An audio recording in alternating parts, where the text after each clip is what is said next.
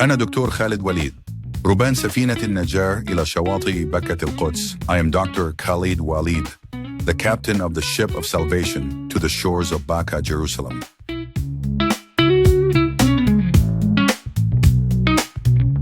Have you ever, been reading something, maybe a text you thought you knew really well, and suddenly you get this feeling like, are there hidden layers here? Meanings just under the surface that maybe we've missed? Absolutely. It happens. What if some really simple words we see all the time, actually hold precise keys? Keys to unlocking, whole timelines and geographies within the Quran that Dr. Khaled Waleed argues we've misunderstood for centuries. That's a pretty compelling thought, isn't it? It is, and that's exactly our mission today on the Deep Dive. We're going to take an intellectual journey, try to peel back those layers based on his work.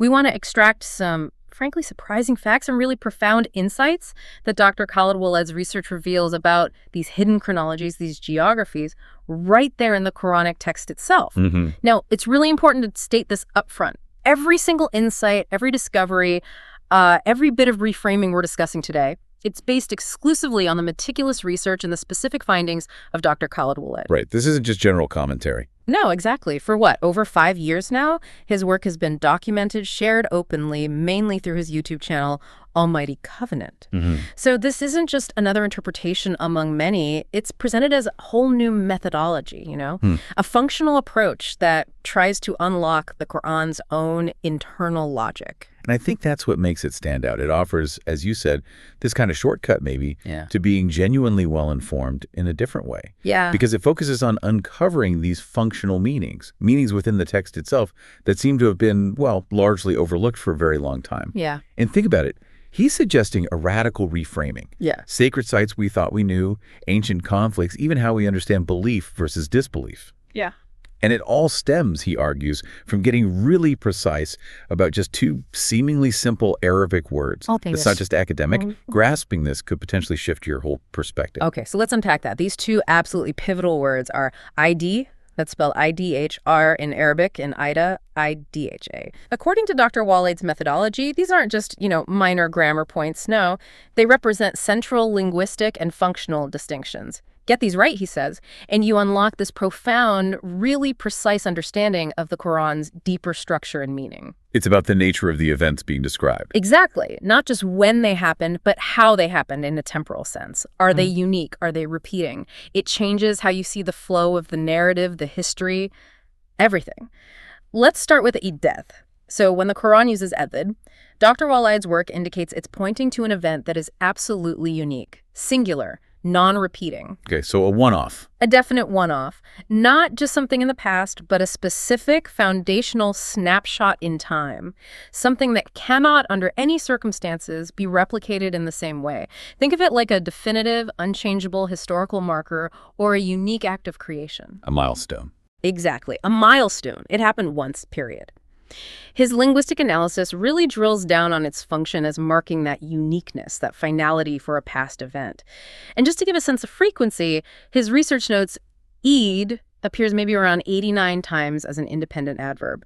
Though earlier counts he did suggested it might be in something like 222 to 241 verses. Those counting methods can vary. They can, or maybe 239 to 412 total occurrences, depending on how you count. But the key point isn't the exact number, it's the function. It's absolute specificity. Got it. Unique, past, non-repeating. Precisely. Now compare that to itha, os. This word, according to the same methodology, works completely differently. Itha signals something that is recurring or inevitable or patterned. It points to a continuous law, maybe a cosmic cycle, or even like a repeated human behavior. Like a loop. Yeah, picture like a recurring loop in how the universe works, or how people act, or how divine promises might unfold repeatedly. So where Eid is about singularity, Eid is about generality, repetition, patterns. Exactly, and quantitatively, itha shows up more often. Around 293 times, maybe? With those earlier counts suggesting somewhere between 284 and 437 verses, or maybe 442 total occurrences. Okay, so more frequent. Right.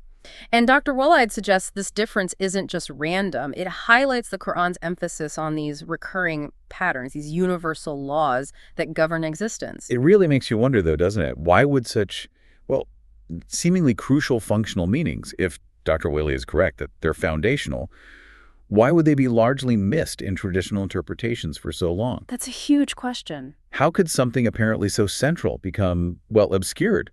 Maybe traditional approaches just weren't focused on this kind of functional internal analysis, or maybe they were too bound by interpretations passed down. Inherited views. Inherited views that didn't leave much space for such a, well, radical rereading. But what Dr. Waleed seems to have shown through his work is that if you make this consistent distinction between id and ida, yes, the Quran suddenly speaks with this incredible precision. It reveals this intricate design, a very deliberate choice of words guiding you to deeper truths. It's more than language. It's like unlocking another dimension of understanding. that nails it. That's why it feels so transformative. It's not just some subtle linguistic point. It's presented as this powerful key to a completely different way of reading the Quran. So to make this really clear for you, let's dive into some specific examples from the Quran itself. We'll look at how id flags those unique, unrepeating moments, those fixed points that shape history and creation. Good idea. Concrete examples help. Okay, so remember, when the Quran uses id, it's pointing to a foundational moment. Happened once, never again the same way, always singular. Think about the creation of Adam. Surah Al-Baqarah, verse 30, it says, And your Lord said to the angels, Indeed, I will make upon the earth a successive authority, Khalifa. Id's right at the start there. Exactly. The Eid is deliberate. It marks that single, unrepeatable moment. Adam's creation, his appointment as Allah's vice-regent. Unique, foundational, establishes humanity's role. Doesn't happen again. Makes sense. A singular starting point. Or another really powerful one, the parting of the Red Sea, Baqarah, verse 50. And we separated the sea for you and saved you and drowned the people of Pharaoh while you looked on. Another ik. Yep. A specific, singular miracle, unique to Moses and his people at that exact moment in history. A one-time divine intervention, a turning point.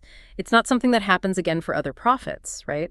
The sea doesn't part again like that. A unique historical event, marked clearly. Right. Now, here's where Dr. Waleed's analysis gets, well, really challenging to traditional views, especially about sacred places.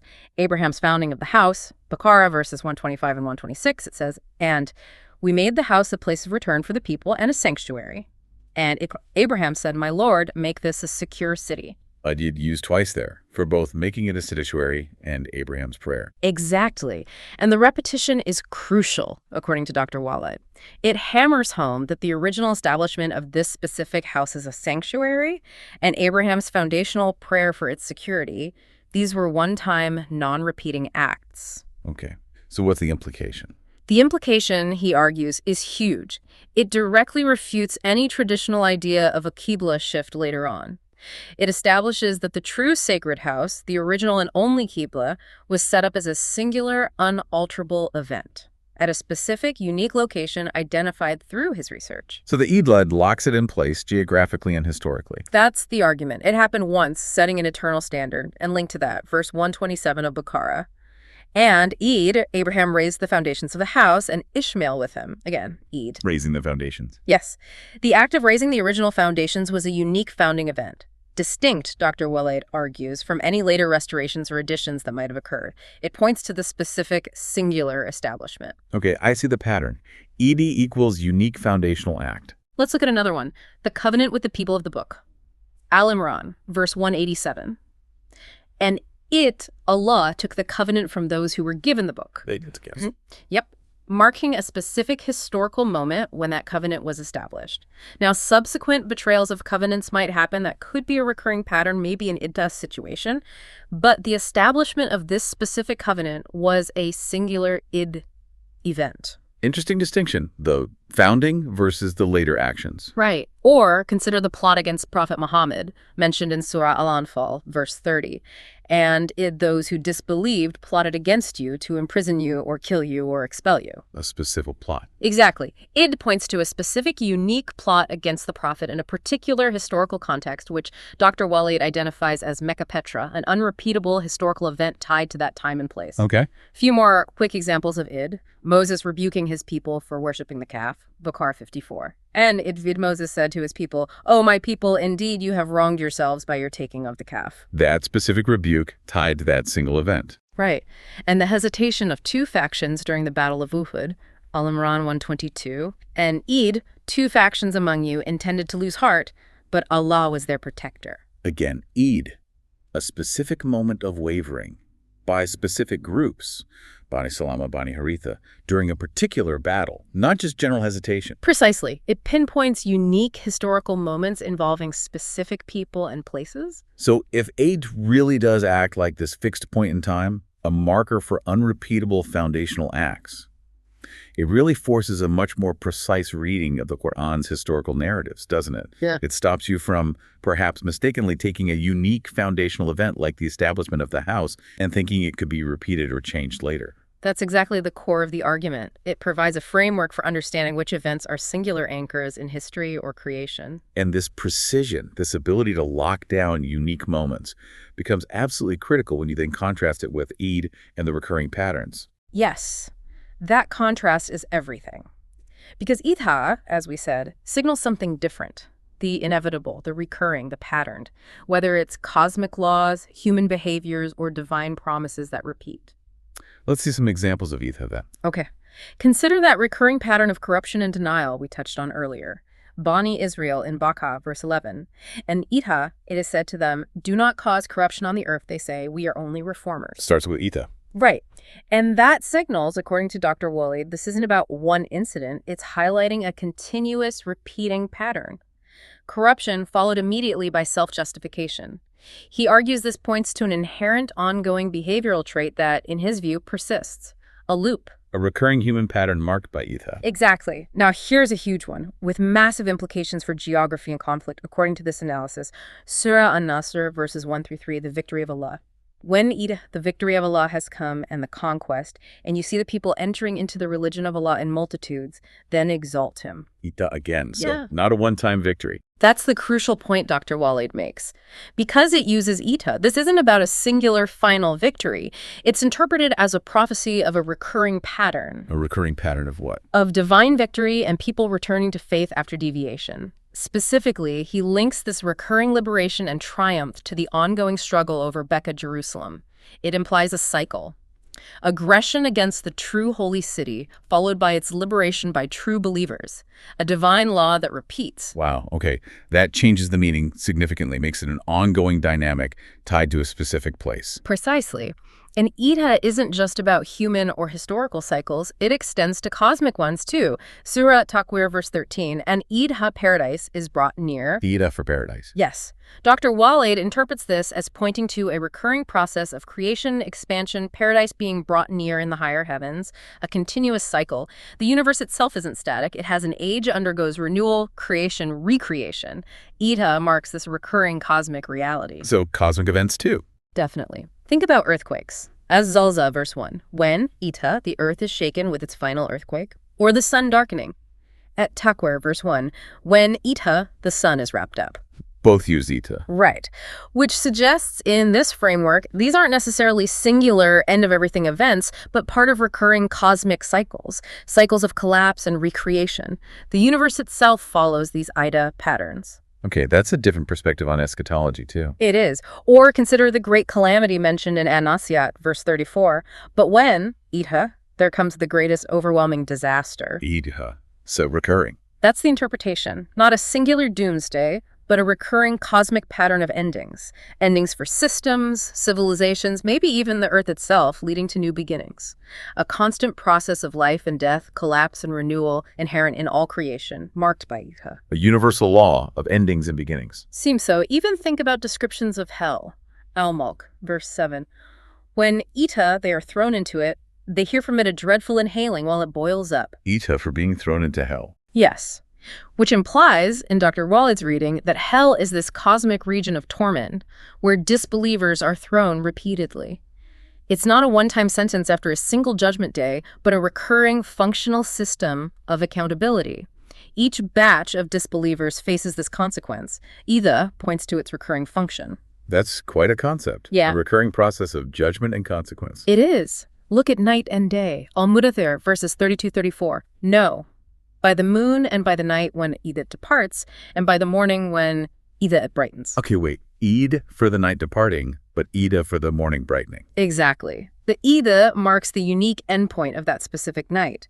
But Ida Asfara, when it brightens, confirms the recurring, continuous, inevitable nature of dawn following night. It showcases Earth's rotation as a constant repeating divine law, perfectly captured by the shift from Eid to Ida. Wow, that's incredibly precise, using both words to show the transition from a specific instance to a recurring pattern. It really seems to be. And finally, itha is used frequently for recurring human behavioral patterns. Psychology, almost. Al-Maharij, verse 20. Indeed, when itha adversity touches him, he is impatient. That's presented as a typical, recurring human psychological response unless faith intervenes. A general human tendency. Right, or hypocrisy. Baqarah, verse 14. And when itha they meet those who believe, they say, we have believed. But when itha they are alone with their evil ones, they say, indeed, we are with you. Double itha. A clear, repeating pattern of two-faced behavior. Absolutely. Or the reaction of disbelief. Baqarah 13. And when itha it is said to them, believe as the people have believed, they say, should we believe as the fools have believed? Again, itha, a recurring pattern of rejection, scoffing, arrogance from disbelievers towards believers. So you see how itha consistently points to these loops, these patterns, these cycles, cosmic, historical, behavioral. It paints a picture of a universe governed by consistent laws and these repeating dynamics. It really does transform prophecy, as you said, from maybe a single future point into something. Yeah. Dynamic, recurring, always relevant because the pattern repeats. Yeah. Which brings up that question again for you listening. Yeah. How often do we read an ayah verse, maybe about a past group's behavior or a future event, and mistakenly limit it to just that one instance? Do we miss the fact that the Quran might be highlighting a pattern that's still playing out or will play out again? That's a critical point, and it underlines why this distinction, ad versus ida, isn't just academic wordplay for Dr. Waleed. No, it's the key that unlocks a radical reframing of sacred locations' historical conflicts. Yeah. It gets into the very heart of Quranic geography and the nature of the divine narrative. Going beyond grammar into the physical world described. Exactly. Let's talk about that geography. Based on his analysis, especially of verses using Eid, Dr. Waleed identifies Bika, Jerusalem, Al-Quds, Ar-Sharif, the holy city, as the true sacred house, Al-Bayt al-Haram. Bika, Jerusalem, not Mecca in Saudi Arabia. Correct. He argues Bika, Jerusalem is the original and only Qibla, the direction of prayer for all prophets, for the believing Arabs he terms Bani Adam, and for all true monotheists throughout history. It holds this eternal, divinely mandated significance. And this location, Beka, Jerusalem. He stresses, drawing on verses like Surah An-Nasr with its ida, that this specific location repeatedly undergoes aggression, attempts at control, specifically by Bani Israel. But the pattern, the ida pattern, is that it's consistently liberated by true believers. It points to this recurring cycle of conflict and divine intervention tied directly to that holy site in the Levant. A persistent struggle for that specific place. Yes. And he emphasizes the divine mandate connected to it. This land, Beka Jerusalem, is where Bani Adam, these Adamic humans, the pure progeny, are chosen to rule as khulafa, as successors, tasked with preserving Allah's true religion. So guardianship is tied to this specific group and location. That's the assertion. It places Beka Jerusalem right at the center of this ongoing cyclical conflict described in the Quran. The true stage is the Levant. Okay, so if Beka Jerusalem is the true sacred house, Yeah. what about Mecca Petra? Right. In stark contrast, Dr. Waleed describes Mecca Petra, which he locates geographically distinct from Beka Jerusalem, likely referencing the historical site of Petra as a desert location. He argues forcefully that its traditional claims to sacredness are without origins in the authentic Quranic narrative. No basis in the text, he's saying. Correct. And furthermore, he characterizes the worship practices traditionally associated with Mecca Petra as aberrant, his term, meaning shirk polytheism, associating partners with Allah. And he emphasizes aberrant worship cannot be accepted at all. A very strong critique. It is. He contends that the old, worn-out heritage, through misinterpretation and perhaps deliberate distortion, has wrongly led people to this Mecca of the desert, away from the true Qibla in Beka Jerusalem. So this sets up a fundamental geographical and theological opposition. Exactly. It leads directly to the core standoff, the central conflict, as Dr. Waleed reconstructs it from the Quran.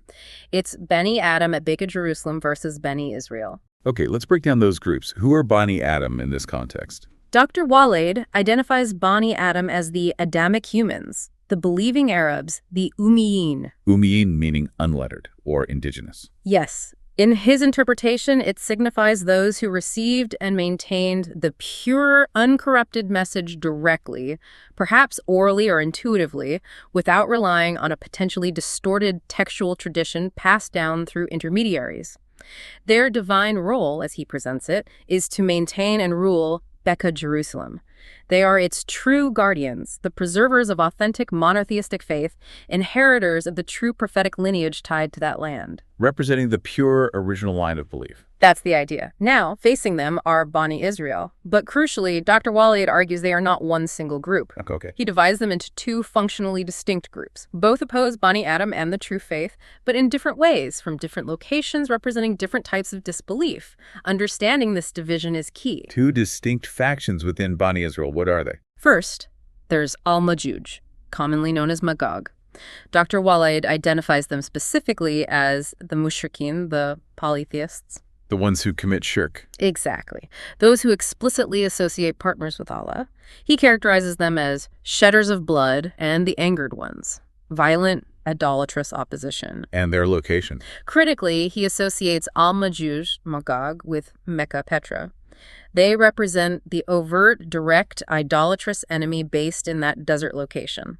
Their kuf, their disbelief, is kufbillah. Kufbillah, disbelief in Allah. Yes, meaning the outright denial of Allah's existence, or, more centrally here, the explicit association of partners with him in worship and sovereignty, rejecting pure monotheism itself. That's Majuj at Mecca, Petra. Okay, that's the first group. Who's the second? The second group is Al-Yajuj, or Gog. Dr. Waleed identifies these as the Kafirun, the disbelievers. Kafirun. How are they different from Mushrikeen? They are described as the astray ones, corruptors on earth. He argues this group represents those who were given the book they had access to divine knowledge, but they rejected its true meaning, facilitated its corruption, and enabled its occupation. And their location? Their location, he states, is occupying Becca, Jerusalem itself. Ah, so they are at the true holy site, but corrupting it. That's the picture. And their kuf type is different. It's kuf bidin Allah. Kuf bidin Allah. Disbelief in Allah's religion knowledge. Precisely. This implies rejecting Allah's methodology, his laws, his guidance, even if they might pay lip service to his existence. It's about rejecting the way of Allah, distorting the knowledge they were given, spreading corruption through intellectual and spiritual deviation. That's Yajuj at Becca, Jerusalem. Wow. Okay, so you have Majuj Magog, the polytheists at Mecca Petra practicing Kufr Billah, and Yajuj Gog, the knowledge-corrupting disbelievers at Becca, Jerusalem practicing Kufr Bidin Allah, both opposing Bani Adam. That's the framework Dr. Waleed presents, derived from his analysis. And suddenly, the conflict described in the Quran becomes much more specific, geographically located in the Levant primarily, with these distinct parties, distinct motives, distinct types of disbelief. It's not just a vague us versus them. Exactly. It reveals this multi-layered struggle playing out on specific ground involving clearly defined groups with different forms of opposition. It aims to clarify who the real adversaries were and are and what their opposition actually consists of, tying it all back to the true Qibla at Becca, Jerusalem. Which leads us neatly into needing to understand those two types of disbelief more deeply. Kufr Billah versus Kufr Bidin Allah. Yes, this distinction is absolutely vital in Dr. Waleed's system. He argues it goes way beyond just saying someone doesn't believe. Understanding the type of disbelief is critical to making sense of the Quranic narrative and the nature of the opposition. Okay, let's recap them. First, Kufr Billah, disbelief in Allah. Dr. Waleed equates this directly with shirk, polytheism. Associating partners. Right. It's the fundamental act of denying Allah's existence outright, or more often perhaps explicitly associating partners with him. Right. In worship, in sovereignty, in his attributes. It's a rejection of pure, uncompromising monotheism at its core. And this is linked to? Specifically linked to Bani Israel, Al-Majur, Magog, at Mecca Petra. They embody this blatant denial or corruption of monotheism through polytheistic, aberrant worship. Got it. Kufr Billah, shirk, Majuj at Mecca Petra. That's the connection made. Now, the second type, Kufr Bidin Allah, disbelief in Allah's religion or knowledge. This is the more subtle one. You could say that. It involves rejecting Allah's revealed knowledge, his methodology, his laws, his guidance, even if the person or group might acknowledge God exists in some abstract way. So it's not necessarily atheism, but rejecting the system or the path? Exactly. It's refusing to follow the divine guidance, twisting it, concealing it, ignoring it, actively working against it. It's a rejection of the deen The way, the system, the religion, the knowledge. And this is linked to? Specifically linked to Bani Israel al-Yajuj, Gog, who Dr. Waleed identifies as occupying Beka Jerusalem. Wow. They had the book, the knowledge, but they corrupted it, rejected its true methodology, and spread corruption by defying its guidance. Intellectual and spiritual deviation. Okay.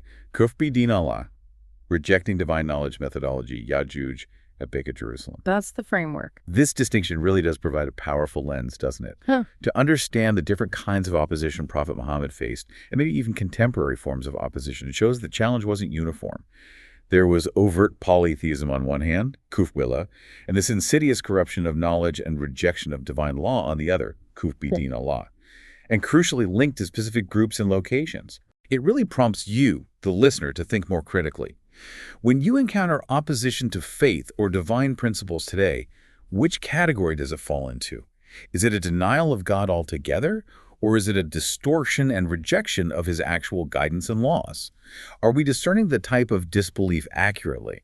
Dr. Waleed's work pushes for that deeper, more nuanced analysis. And pushing for that analysis, making these sharp distinctions based on id, and applying it to geography and disbelief, it inevitably puts Dr. Waleed's entire methodology in, well, stark opposition to centuries of traditional Islamic interpretation. That's putting it mildly, perhaps. He's very clear about this. He argues forcefully that traditional views have, in his assessment, significantly distorted the true message of the Quran, leading to profound and widespread misunderstanding. So what's his critique of traditional scholarship specifically? Well, he doesn't hold back. He sometimes refers to traditional scholars, perhaps polemically, as priests or ignorant claimants of knowledge.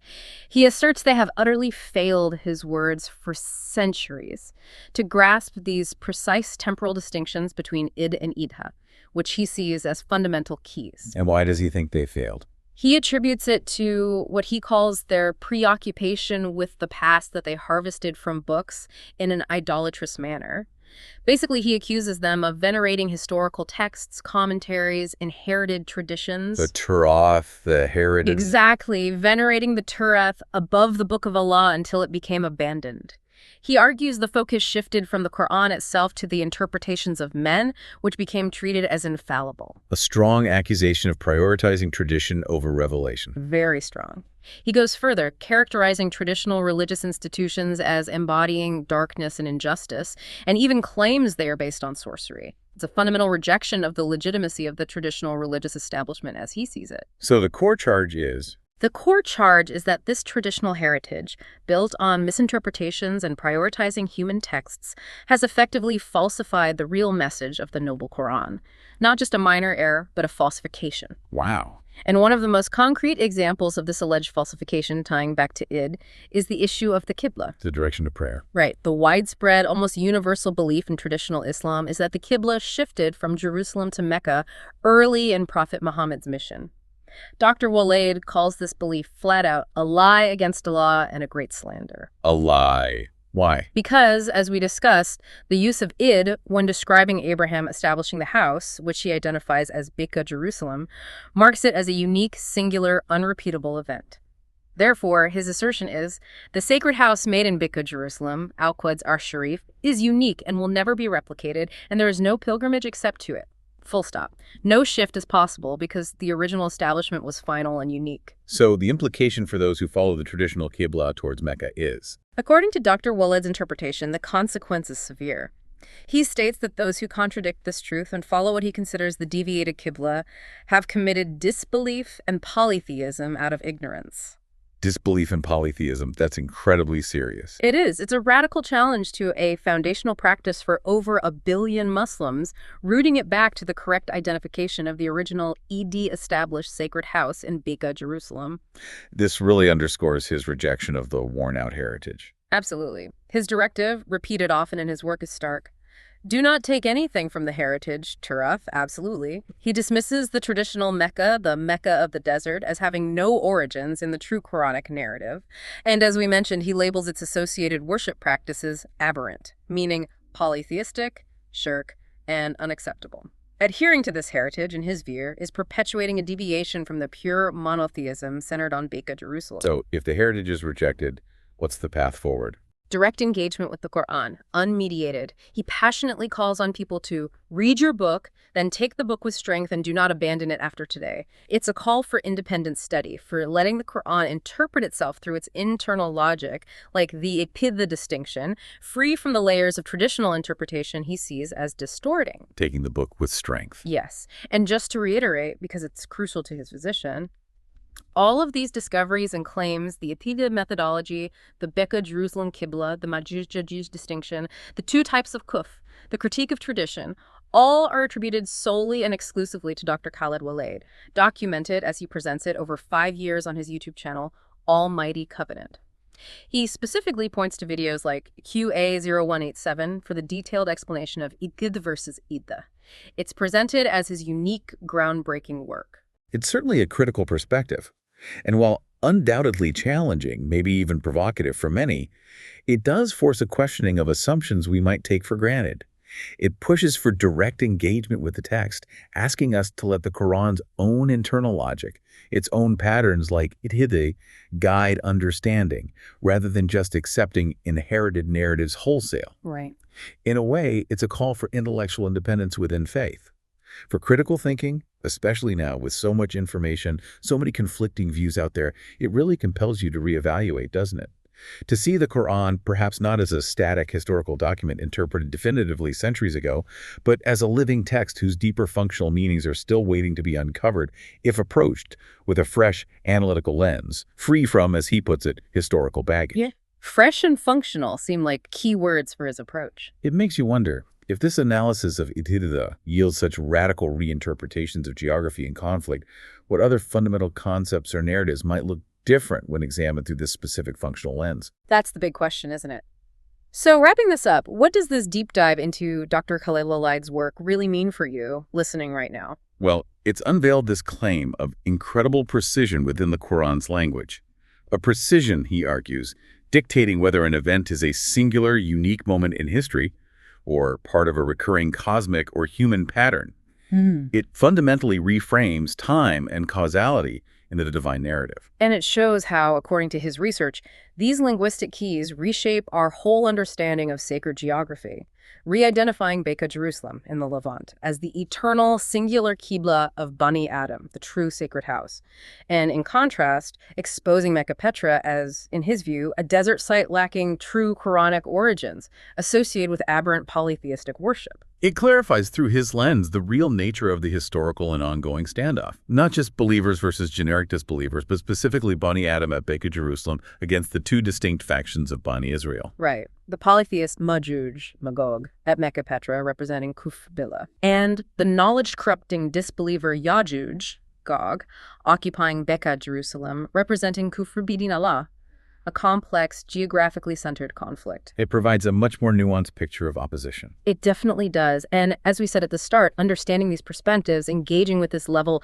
of detailed analysis based purely on Dr. Waleed's work, it really can be a shortcut to being incredibly well-informed, albeit in a way that challenges mainstream views. It offers those aha moments, perhaps, that force you to question conventional wisdom, to look at texts you thought you knew with entirely new eyes. And again, all these insights, this entire framework, originates from Dr. Khaled Waleed's dedicated research, meticulously documented, he states, over years on his Almighty Covenant YouTube channel. So as you reflect on all this, maybe the final thought to leave you with is this.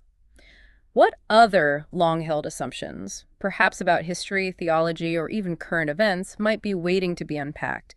What other hidden geographies or recurring terms, what other crucial distinctions like Kufr Billah versus Kufr Din Allah might emerge if we were to, as Dr. Waleed urges, truly take the book with strength and let its own internal functional logic guide our understanding, setting aside preconceived notions? It's a call to independent thinking and deep textual engagement. It certainly is. We definitely encourage you, if this has piqued your interest, to explore Dr. Khaled Waleed's work further on his channel and continue your own personal deep dive into these fascinating, complex, and undoubtedly challenging ideas.